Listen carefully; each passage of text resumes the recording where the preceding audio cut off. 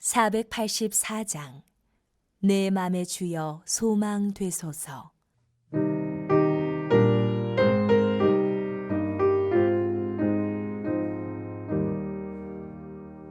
내 맘의 주여 소망 되소서. 주 없이 모든 일 헛되어라.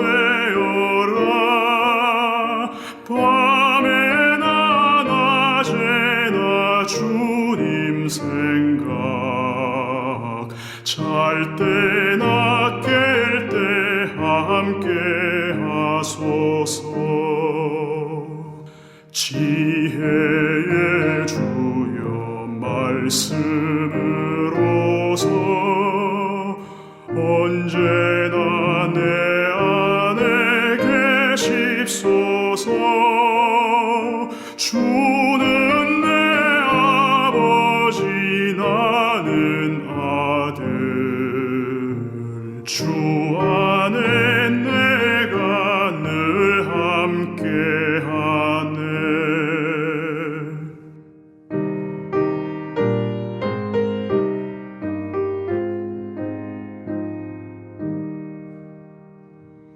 세상의 영광 나 안 보여도 언제나 주님은 나의 기여. 주님만 내 맘에 계시오니 영원한 주님 참 귀하셔라.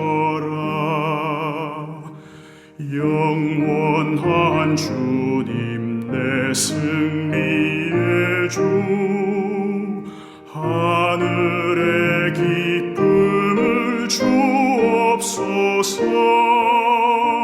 어떠한 고난이 닥쳐와도 만유의 주여 소망 되소서.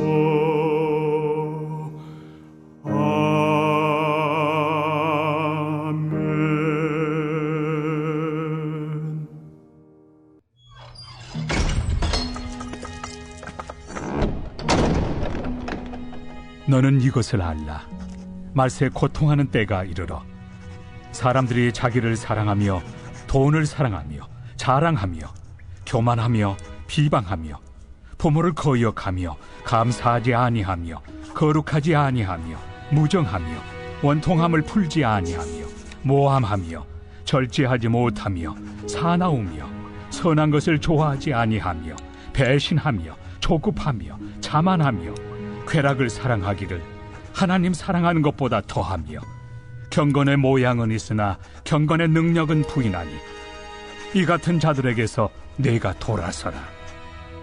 그들 중에 남의 집에 가만히 들어가 어리석은 여자를 유인하는 자들이 있으니 그 여자는 죄를 중히 지고 여러 가지 욕심에 끌린 바 되어 항상 배우나 끝내 진리의 지식에 이를 수 없느니라. 얀네와 얀부레가 모세를 대적한 것 같이 그들도 진리를 대적하니 이 사람들은 그 마음이 부패한 자요 믿음에 관하여는 버림받은 자들이라. 그러나 그들이 더 나아가지 못할 것은 저 두 사람이 된 것과 같이 그들의 어리석음이 드러날 것입니다. 나의 교훈과 행실과 의향과 믿음과 오래 참음과 사랑과 인내와 박해를 받음과 고난과 또한 안디옥과 이고니온과 루스드라에서 당한 일과 어떠한 박해를 받은 것을 네가 과연 보고 알았거니와 주께서 이 모든 것 가운데서 나를 건지셨느니라. 무릇 그리스도 예수 안에서 경건하게 살고자 하는 자는 박해를 받으리라. 악한 사람들과 속이는 자들은 더욱 악하여져서 속이기도 하고 속기도 하나니 그러나 너는 배우고 확신한 일에 거하라. 너는 내가 누구에게서 배운 것을 알며 또 어려서부터 성경을 알았나니 성경은 능히 너로 하여금 그리스도 예수 안에 있는 믿음으로 말미암아 구원에 이르는 지혜가 있게 하느니라. 모든 성경은 하나님의 감동으로 된 것으로 교훈과 책망과 바르게 함과 의로 교육하기에 유익하니 이는 하나님의 사람으로 온전하게 하며 모든 선한 일을 행할 능력을 갖추게 하려 함이라. 디모데후서 2장부터 4장까지는 목회 현안에 대한 실제적인 지침들을 주고 있는 중반부의 연속 부분입니다. 전장에서는 충성된 주의 사역자들이 사역에 임함에 있어서 지녀야 될 이 기본적인 자세에 대해서 언급한 바 있는 바울은 이제 본장에서는 도덕적이고 종교적인 타락이 극심하고 이단의 공격이 더욱더 극성하게 되는 말세를 대처하기 위한 지침들을 제시해주고 있습니다.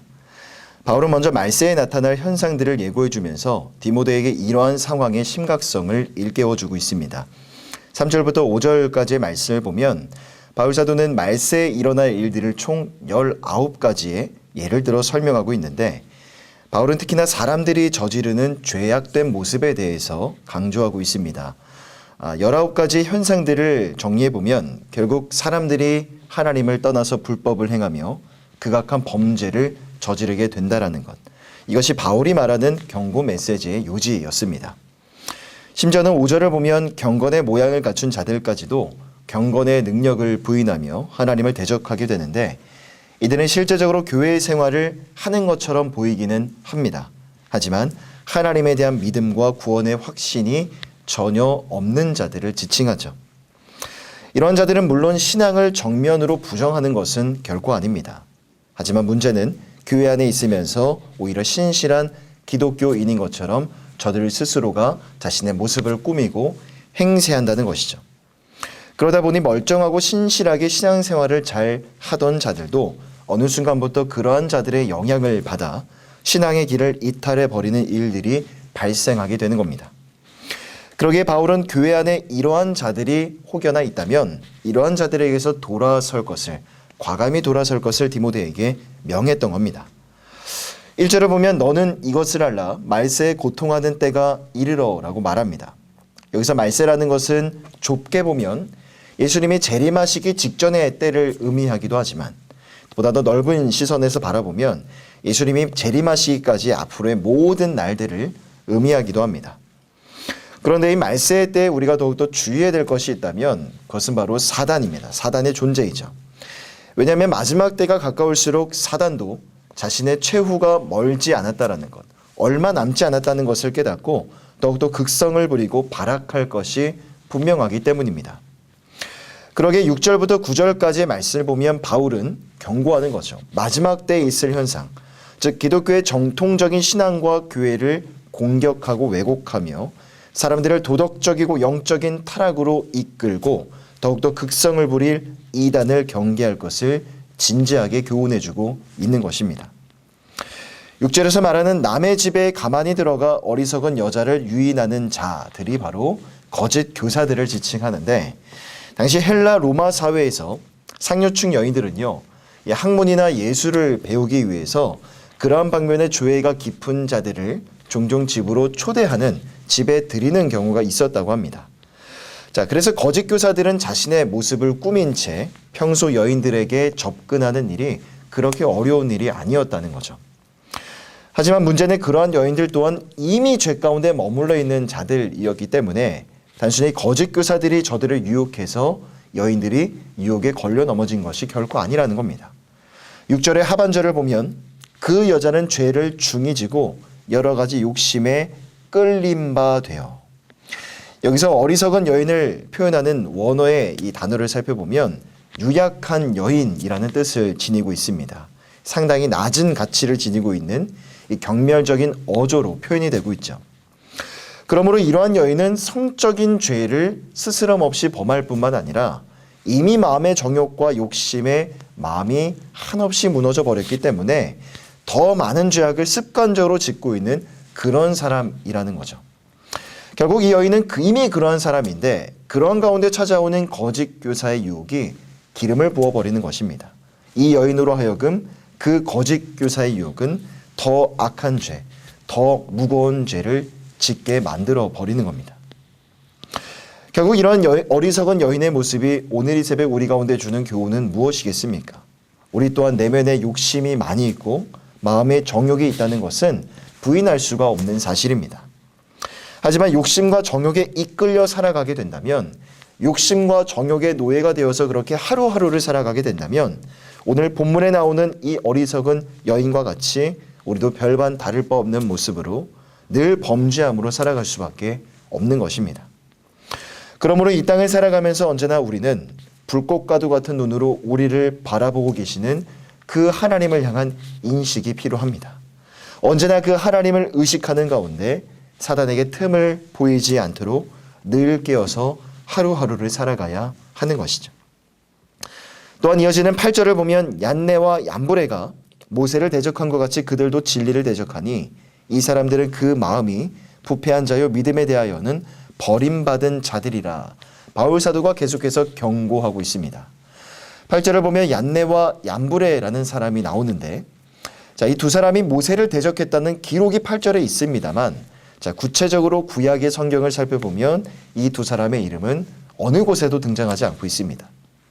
하지만 초기 기독교 문헌에 따르면 이들은 이스라엘의 출애굽 직전 모세가 행했던 어떤 이적을 흉내내면서 모세와 아론을 대적하려 했던 애굽의 마술사들로 그렇게 전해지고 있습니다.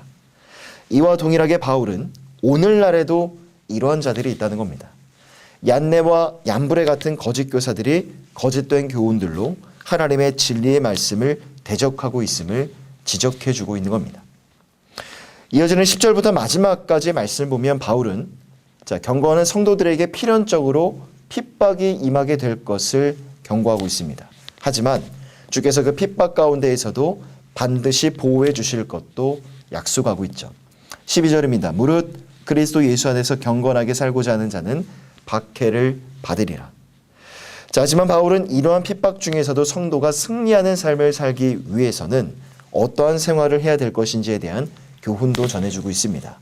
14절부터 17절까지의 말씀이 그것을 잘 설명해주고 있는데, 결국 핍박 중에서도 성도가 승리하는 삶을 살기 위해서는 그 방법은 바로 하나님의 말씀 안에 거하는 것. 하나님의 말씀이 바로 승리하는 삶의 비결이자 해답인 것이죠. 15절을 보면 또 어려서부터 성경을 알았나니 성경은 능히 너로 하여금 그리스도 예수 안에 있는 믿음으로 말미암아 구원에 이르는 지혜가 있게 하느니라 라고 말씀합니다. 디모데는 우리가 잘 알고 있는 것처럼 어렸을 때부터 경건한 가정에서 자라면서 성경 말씀으로 양육을 받은 자였습니다. 그렇기 때문에 바울은 디모데에게 네가 어려서부터 배우고 깨달은 그 말씀이 있지 않느냐, 그 말씀을 가슴에 새기고 그 말씀의 지혜를 가지고 사역을 해라. 그 말씀의 지혜를 가지고 악한 세력들의 공격을 분별하고 물리치라라고 권면했던 겁니다. 또한 16절을 보면 모든 성경은 하나님의 감동으로 된 것으로 교훈과 책망과 바르게 함과 의로 교육하기에 유익하니라고 말씀합니다. 하나님의 말씀은 예수 그리스도를 증거하는 책, 예수 그리스도를 담고 있는 책입니다. 그러기에 구원에 이르게 하는 지혜가 오직 성경 말씀, 하나님의 말씀 안에만 있는 것이죠. 하지만 하나님의 말씀에는 구원에 이르게 하는 지혜가 있을 뿐만 아니라 교훈과 책망과 바르게 함과 의로 교육하기에도 유익하다라고 말씀합니다. 왜 그렇습니까? 성경은 인간의 뜻으로 쓰여진 책이 아니라 바로 하나님의 감동으로 기록된 책이기 때문이죠. 하나님의 뜻이 담겨져 있는 하나님의 말씀에 그러기에 우리가 주목하다 보면 결국 우리의 삶도 하나님이 기뻐하시는 삶, 하나님이 원하시는 삶을 살 수 있을 뿐만 아니라 또한 이 땅의 어떤 어려움과 고난 속에서도 하나님의 말씀이 우리 가운데 부어주시는 지혜로 말미암아 우리는 그 순간을 잘 견낼 수가 있는 것입니다. 사실 어두움이 빛을 싫어하는 것처럼, 어두움과 빛이 함께 공존할 수 없는 것처럼 사단이 공중의 권세를 잡고 있는 세상은 예수 그리스도를 미워하고 핍박하여서 십자가에 못 박기까지 했습니다. 그와 동일한 맥락에서 본다면 사단은 이제는 예수 그리스도를 따르고 예수 그리스도를 믿는 하나님의 백성들, 성도들까지도 미워하며 핍박하는 것은 지극히 자연스러운 현상입니다. 요한복음 15장 18절에서도 이렇게 말씀합니다. 세상이 너희를 미워하면 너희보다 먼저 나를 미워한 줄을 알라. 그러기에 우리는 이 세상을 살아갈 때 때로는 복음 때문에 당하는 핍박과 어려운 순간들 세상의 미움들이 있다면 그것을 결코 두려워하거나 마음속에 이상하게 여길 필요는 결코 없습니다. 오히려 복음 때문에 핍박을 당한다면 이 길은 예수님이 걸어가신 그 길이기 때문에 나도 지금 그 길을 걸어가고 있다는 자부심, 두려움과 염려를 비워낸 그 자리 가운데 오직 그 자부심만을 지녀야 하는 것이죠. 오늘 이 새벽에 함께 나눈 이 디모데후서 3장의 말씀은요, 마지막 때를 살아가면서 과연 성도가 어떠한 모습으로, 어떠한 마음가짐으로 이 세상을 살아가야 될 것인가에 대한 중요한 교훈을 전해주고 있습니다. 우리 삶의 문제와 어려움 속에서도 복음으로 말미암은 핍박과 어려움이 있다 할지라도 믿음 안에 더욱더 굳건하게 거하시고, 우리는 구원받은 백성들이기 때문에, 하나님의 자녀들이기 때문에 세상과 다른 모습으로 끝까지 포기하지 아니하고 거룩과 정결한 삶을 향해 나아가시기를 바랍니다. 또한 우리 주님은 곧 다시 오실 것입니다. 세상은 바울 사도가 말했던 것처럼 현실에만 관심을 두고 미래에 대해서는 별다른 관심과 가치를 두지 않고 있습니다. 그러한 세상의 가치관이 사람들로 하여금 현재의 만족과 쾌락만을 위해 살아가게 만드는 것이죠. 그리고 사단은 이 땅의 교회와 성도가 세상의 가치관으로 물들고 무너져 가는 것을 보기로 나고 그 일을 이루기 위해서 끝까지 포기하지 않을 것입니다. 하지만 우리는 영원한 가치를 알고 영원한 가치를 바라보며 그것을 소망하는 자들입니다. 우리의 인생 영원한 것이 아니라 바람에 날리는 한 줌의 흙과 먼지와 같다는 것을 우리는 잘 알고 있습니다. 그러기에 쾌락을 사랑하고 돈과 물질을 사랑하는 이 세상의 풍조와 사단의 유혹을 언제나 경계하시고 하나님의 감동으로 쓰여진 하나님의 말씀, 이 성경 하나님의 말씀을 언제나 가까이 하시기를 바랍니다. 그 말씀을 통해서 세상을 살아갈 지혜를 구하시고 그 지혜로 세상과 구별된 삶을 살아가시는 우리 모든 성도님들, 이 새벽에 예배를 사모하여 모인 우리 모든 새벽에 하나님의 백성들 다 되시기를 주님의 이름으로 간절히 부탁드립니다. 기도하겠습니다. 사랑과 은혜가 풍성하신 하나님, 마지막 때를 살아가고 있습니다. 바울 사도가 디모데에게 경고했던 것처럼 우리 주변에 일어나는 일들을 가만히 바라보자면 우리가 살아가는 이 시대는 진정 마지막 때인 것 같습니다. 우리의 싸움은 눈에 보이는 혈과 육의 싸움이 아니라 눈에 보이지 않는 영의 싸움이라고 말씀하신 주님, 이 세상의 풍조와 흐름에 늘 깨어 경성하게 하시고 하나님의 말씀을 통해서 주시는 하늘의 지혜와 성경의 가치관을 가지고 무장하며 계속해서 하나님의 나라를 바라보고 소망하는 천국의 백성들 다 되게 하여 주시옵소서. 오늘 하루도 한 주의 삶 속에서도 말씀의 은혜와 능력을 사모합니다. 우리는 연약하지만 하나님의 말씀해 주시는 지혜와 능력으로 모든 영적인 싸움에서 승리하게 하여 주시고, 힘들고 어려운 인생길 속에 살아가고 있지만 말씀의 힘과 능력으로 모든 순간을 이겨내는 용기와 담대함을 얻는 이 새벽의 시간이 되게 하여 주시옵소서. 감사드리며 우리 권하신 예수 그리스도의 이름으로 간절히 기도하오며, 지금은 우리 주 예수님의 은혜와 하나님의 사랑하심과 성령 하나님의 교통하심의 은혜가 마지막 때를 살아가고 있지만 더욱더 하나님의 감동으로 쓰여진 하나님의 말씀 안에 거하며 승리하는 삶을 살아가기를 결단하고 소망하는 예수 믿는 성도들 머리 위에 이 은혜가 영원토록 함께 있을지어다. 아멘.